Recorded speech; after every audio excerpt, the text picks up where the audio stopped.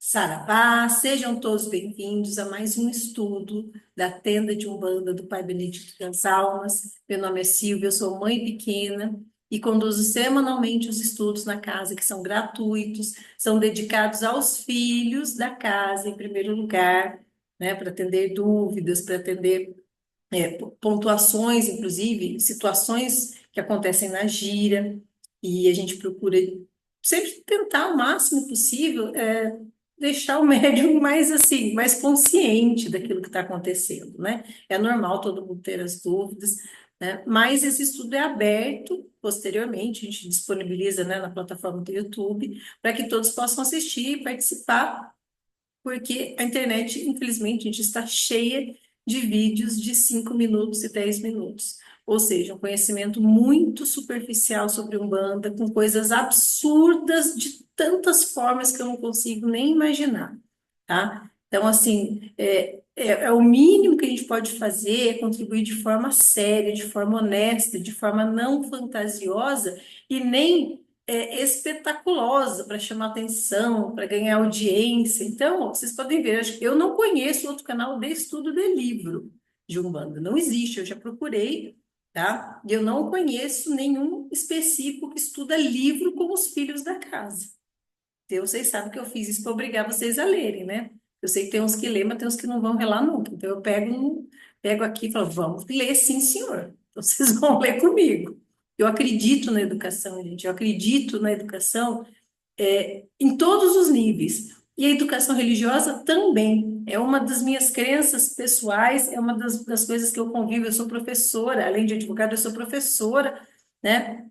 Aí, há 25 anos, embora eu tenha 29, mas é professora há 25 anos. Então, assim, eu literalmente amo lecionar. Lecionar é parte, assim, é algo de mais maravilhoso que o ser humano pode fazer, que é compartilhar, dividir a experiência com o outro.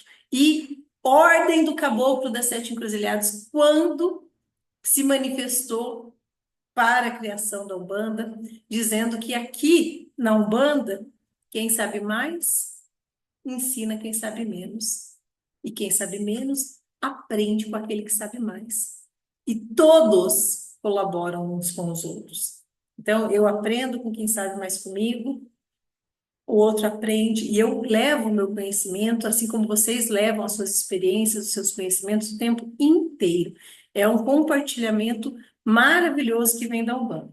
A gente filtra, lógico, tem gente maldosa de todos os jeitos, manipulando informações para conseguir adeptos, interesses pessoais, etc, etc. Mas a gente sempre crê que existe coisa boa, e tem, tá? Só saber procurar. Vamos então para o nosso livro, que é coisa boa, já que a gente está falando de coisa boa. O nosso livro, gente, o Guardião Tranca-Ruas, Exu Tranca-Ruas, o Senhor dos Caminhos, aquele que guarda, ordena e comanda todos os caminhos em todos os sentidos. E nós paramos num ponto, gente, que para mim, eu considero um dos pontos mais importantes do livro, aquilo que nós falamos na semana passada. Quando ele compreende a missão daquela divindade, que é uma divindade negativa, mas é uma divindade, né? Lúcifer. E qual o intuito daquela divindade? Inclusive falando que todos os diabos que a gente aqui encarnado considera, todos eles têm a sua função determinada pelo Criador. E ele vai continuando. Porque quando ele volta ao seu corpo, depois de ter aquela conversa, ele ficou encarregado de conversar, de confirmar aquela auxílio que ele prestaria a Lúcifer, tá? Confirmar com o seu regente natural, que era o Senhor Ogum Sete Lanças. Então ele volta, só que nisso ele encontra o seu amigo estranho, que era todo, né, sanguinário lá, que é o Lafeche, e conta para ele. E fala que vai procurar o seu regente agora para E Lafeche fala, mas como que você vai falar com o mundo, né? Como você vai falar com o seu ser? Ele falou assim, não, eu já descobri como invocá-lo aqui. E eu não vou te contar também, eu vou fazer. Ele falou, então tá bom. Só que daí, Lafeche se despede. Ele fala, eu preciso ir, né? Eu vou me afastar das suas vidas para preservar vocês, pois se me seguirem, vão acabar descobrindo vocês.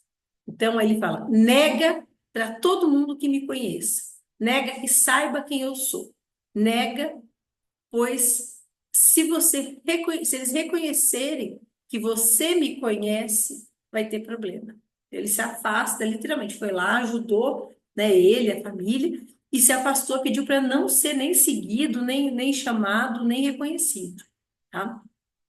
E aí ele vai até o encontro do seu regente natural, o senhor Ogum Sete Lanças.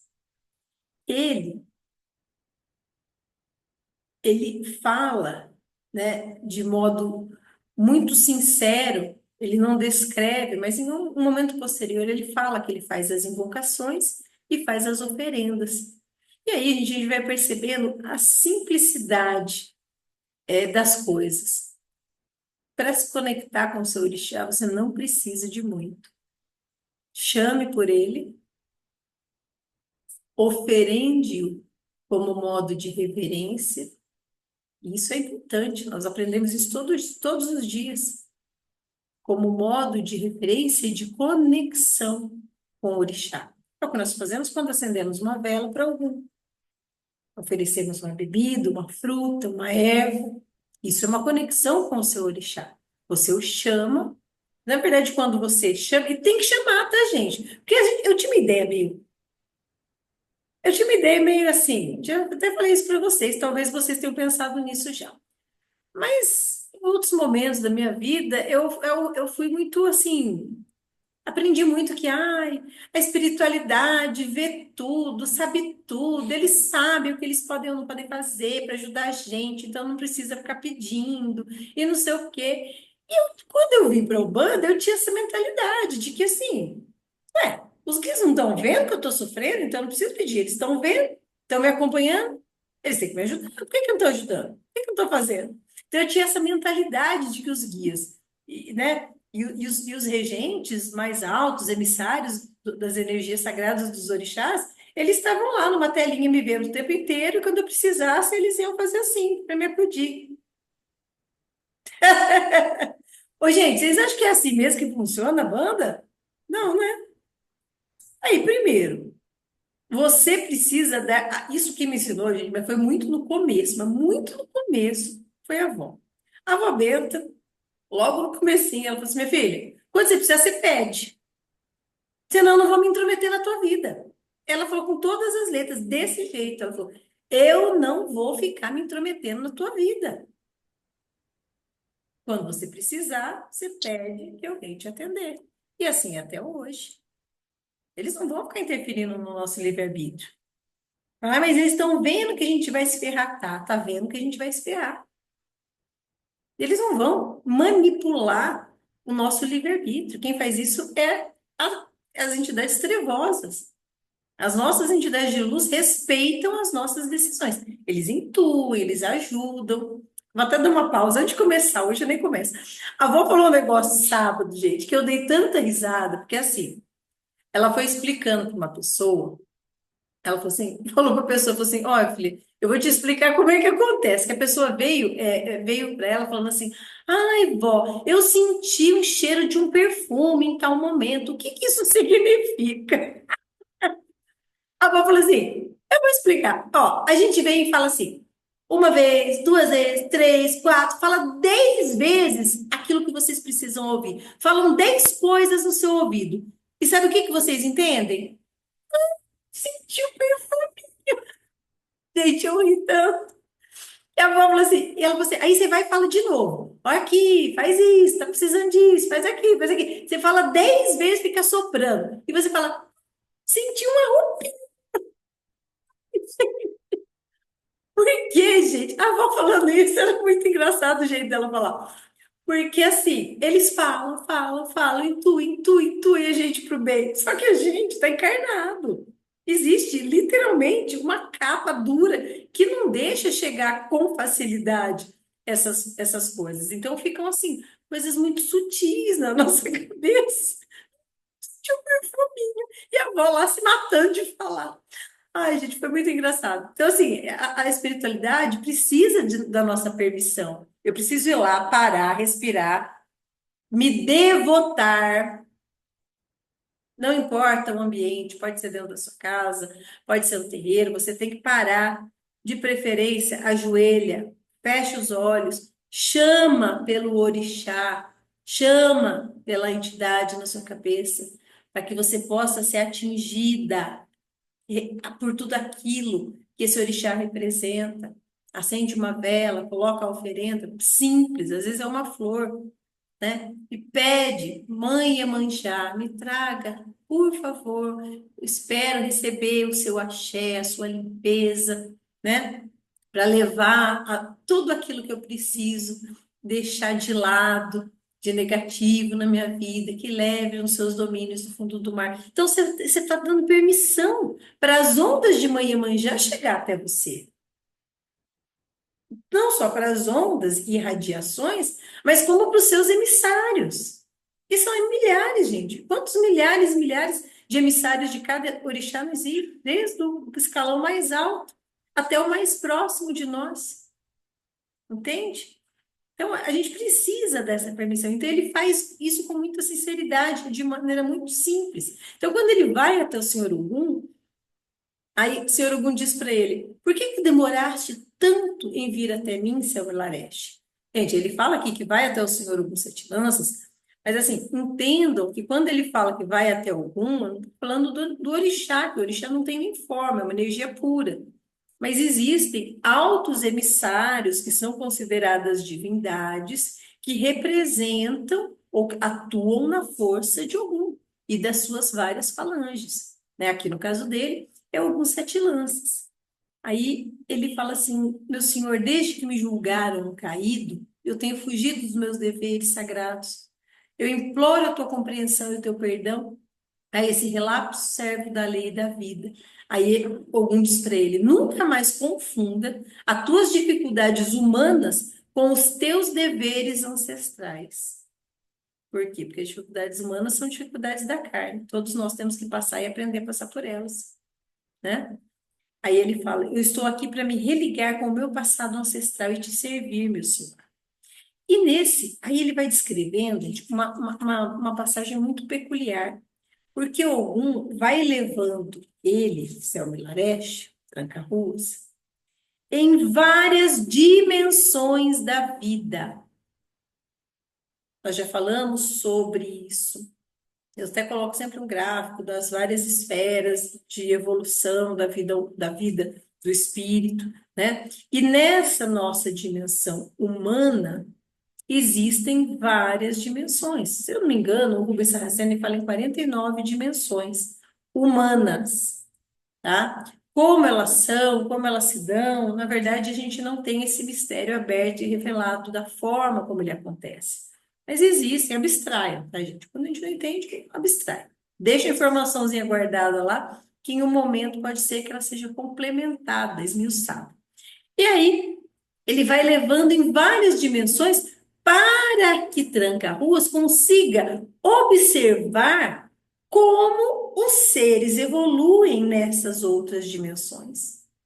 Que a evolução humana, ela não é igual em todas as dimensões.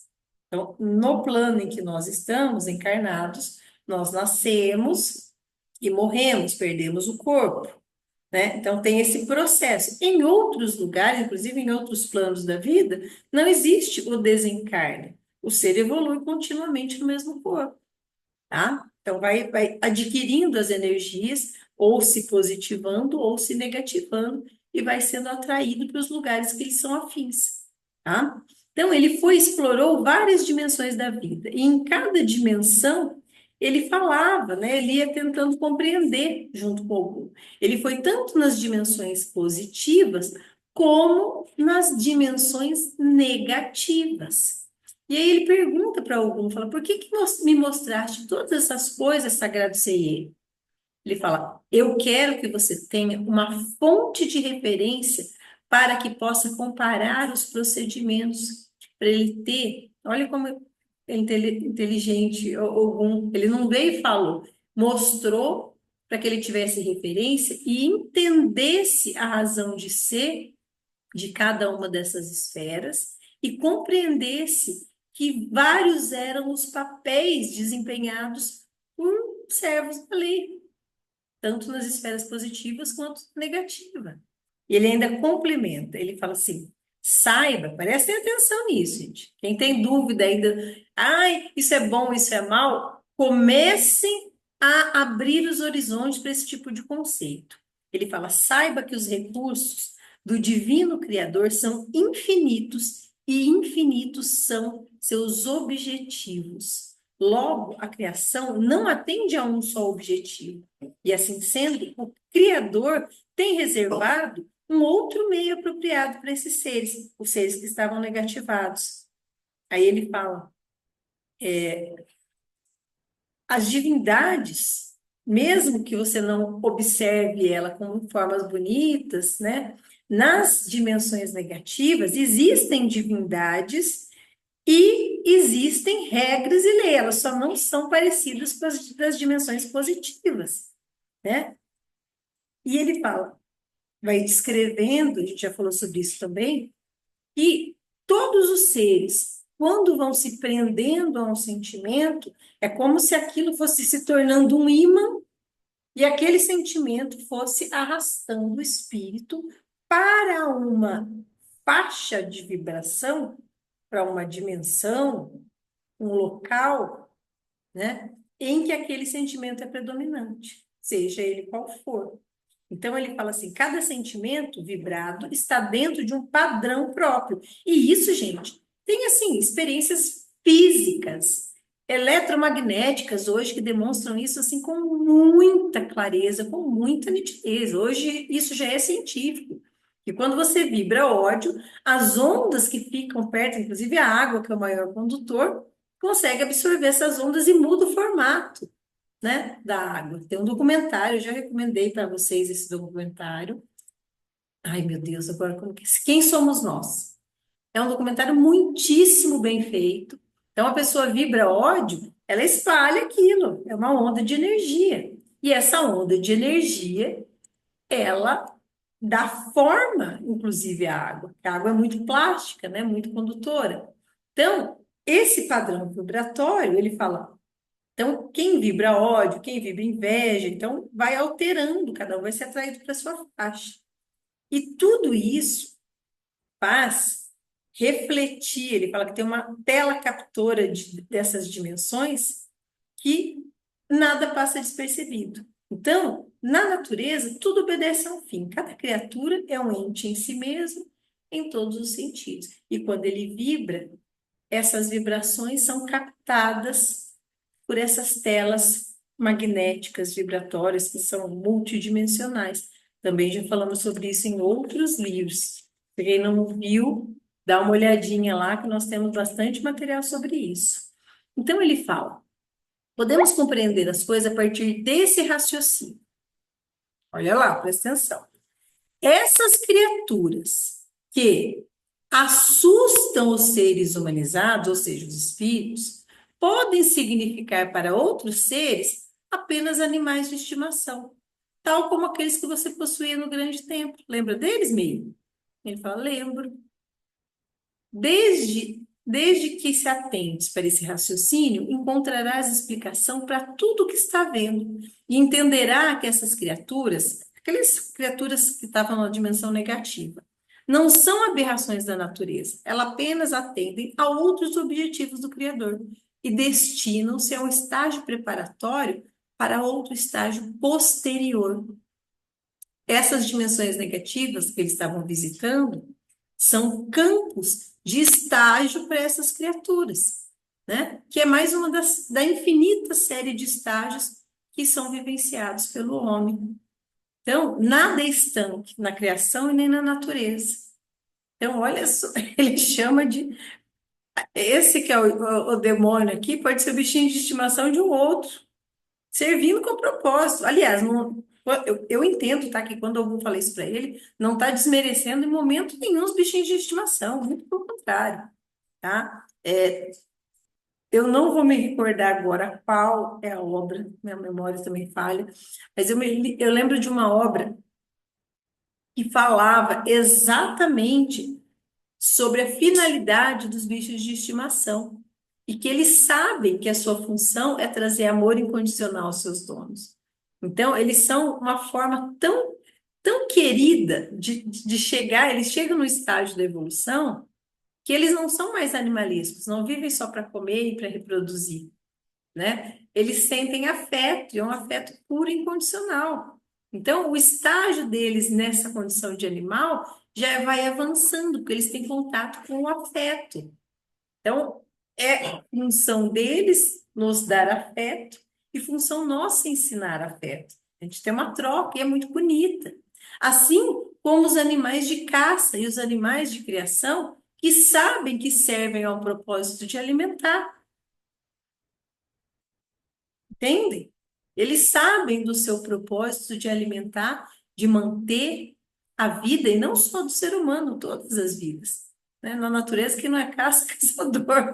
E às vezes os dois, né? Caça e caçador. Então, isso é um processo natural de manutenção. O sinto muito, todos os vegetarianos, eu não estou dizendo para ninguém, não estou dizendo para ninguém largar isso, não é, não me entendam mal. Mas eu não vou tentar me lembrar da obra, mas o antinatural é ser, inclusive, é ignorar essa, vamos dizer assim, o que Deus deu para a nossa subsistência, que é a carne da caça, da criação, né? Então, isso foi feito para isso, é apropriado para o nosso corpo. Então, todos os seres têm a sua finalidade na criação, todos, inclusive aqueles mais monstrengos e demoníacos, etc, etc, etc.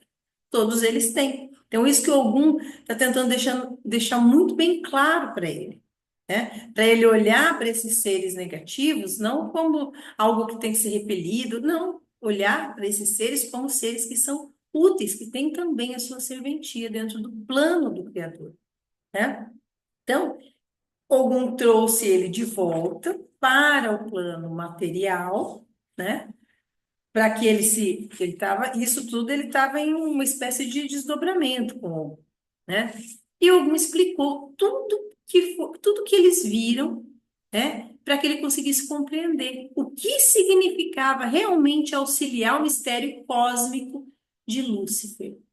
Então, quando ele voltou para o corpo, ele não conseguiu e não pôde contar nada para sua esposa. Afinal, ele fala, como revelar, né, para a esposa que começava a julgar o plano material um paraíso, se comparado com as dimensões negativas. Ou seja, olha, aqui que você acha que está ruim? Você pode ter certeza que tem lugar muito pior. Agradece que aqui a Terra é um paraíso, é maravilhoso. Ele não podia falar isso para a mulher dele, né? Meir Laresh não estava. Aí ele fala assim: ele não aprendeu magias. Olha a profundidade disso. Na verdade, ele tinha sido conduzido pelo senhor Ogum Sete Lanças às pontes eletromagnéticas dos processos de magia negativa, vedadas aos espíritos humanos, mas em franca expansão do plano material por causa da ação nefasta dos grandes magos caídos. Então, gente, existe a magia negativa, ela tem fontes eletromagnéticas, fontes de energia, que esses magos caídos, e até hoje, tá, todos aqueles que praticam magia negativa, podem, em maior ou menor grau, se recorrer a essas energias para colocá-las aqui no nosso plano material. Então, a magia negativa é uma magia que precisa ser muito bem estudada, não é qualquer um, né? Não fazer essas besteiras lá, dar 7 pulos em cima da galinha, sei lá o que esse povo apronta. Não estou falando disso, não estou falando dessas marmotagens, eu estou falando de magia negativa real, magia negativa que é extremamente bem feita e já não é tão comum, por quê? Porque isso exige preparação, conhecimento, nem todos têm, e quem tem cobra para ensinar, né? Então, essas magias negativas recorrem a essas fontes energéticas para conseguir aí os seus objetivos. Pensem nisso num plano muito lá distante. Não estou falando do ser humano que consegue ir lá. Ele falou que é exatamente isso que não pode ser feito. Ele está falando de ser humano que se recorre a intermediários que conseguem acessar, que nem sempre são humanos, inclusive. E Laresh, então, né, aprendendo tudo isso, ele, depois de voltar ao plano material, ele foi aonde? A biblioteca daquele templo antigo, onde haviam livros que não existiam mais no plano material, livros extintos. Mas como era um templo abandonado milenar, ele conseguiu, aos poucos, ir descobrindo com esses livros, tudo o que ele precisava saber sobre o lado negativo dos pontos de força. Então, ele conseguia, por esses pontos negativos, ter acesso a outras dimensões negativas, e muitas quais daquele foi em espírito, com o senhor Ogum. Nossa, mãe, então, ponto de força tem seu lado negativo? Ô, gente, é lógico que tem. Pensa bem, é que vocês vão na cachoeira, vocês não, né? Nossa, todo mundo. É na cachoeira, você só pensa em Mamãe Oxum, então você só pensa no lado positivo. Concorda? Esse é o primeiro apelo sentimental para gente. Mas todo ponto de força tem o lado negativo e o lado positivo. E quando a gente fala em lado negativo, não quer dizer um lado mal. Eu estou falando de ponto de equilíbrio de energia, positivo e negativo, como direita e esquerda. Então, na cachoeira, existe, junto com o ponto de força positivo, existe também o ponto de força negativo de Mamãe Oxum. E aí nós temos todos, hoje, dentro da Umbanda, a gente enxerga como Exus, mas podem ter, inclusive, divindades negativas naquele ponto, né? Que auxiliam nas forças de Mãe Oxum, só que na esquerda. Entende? Então, nós temos uma série de Exus e pombagiras ligadas ao Oxum, entendem? Que são trabalhadores do lado negativo, que é necessário em certos casos. Não tem nada de mal, nada de ruim, nada de espetaculoso. É tão natural quanto a direita é a esquerda.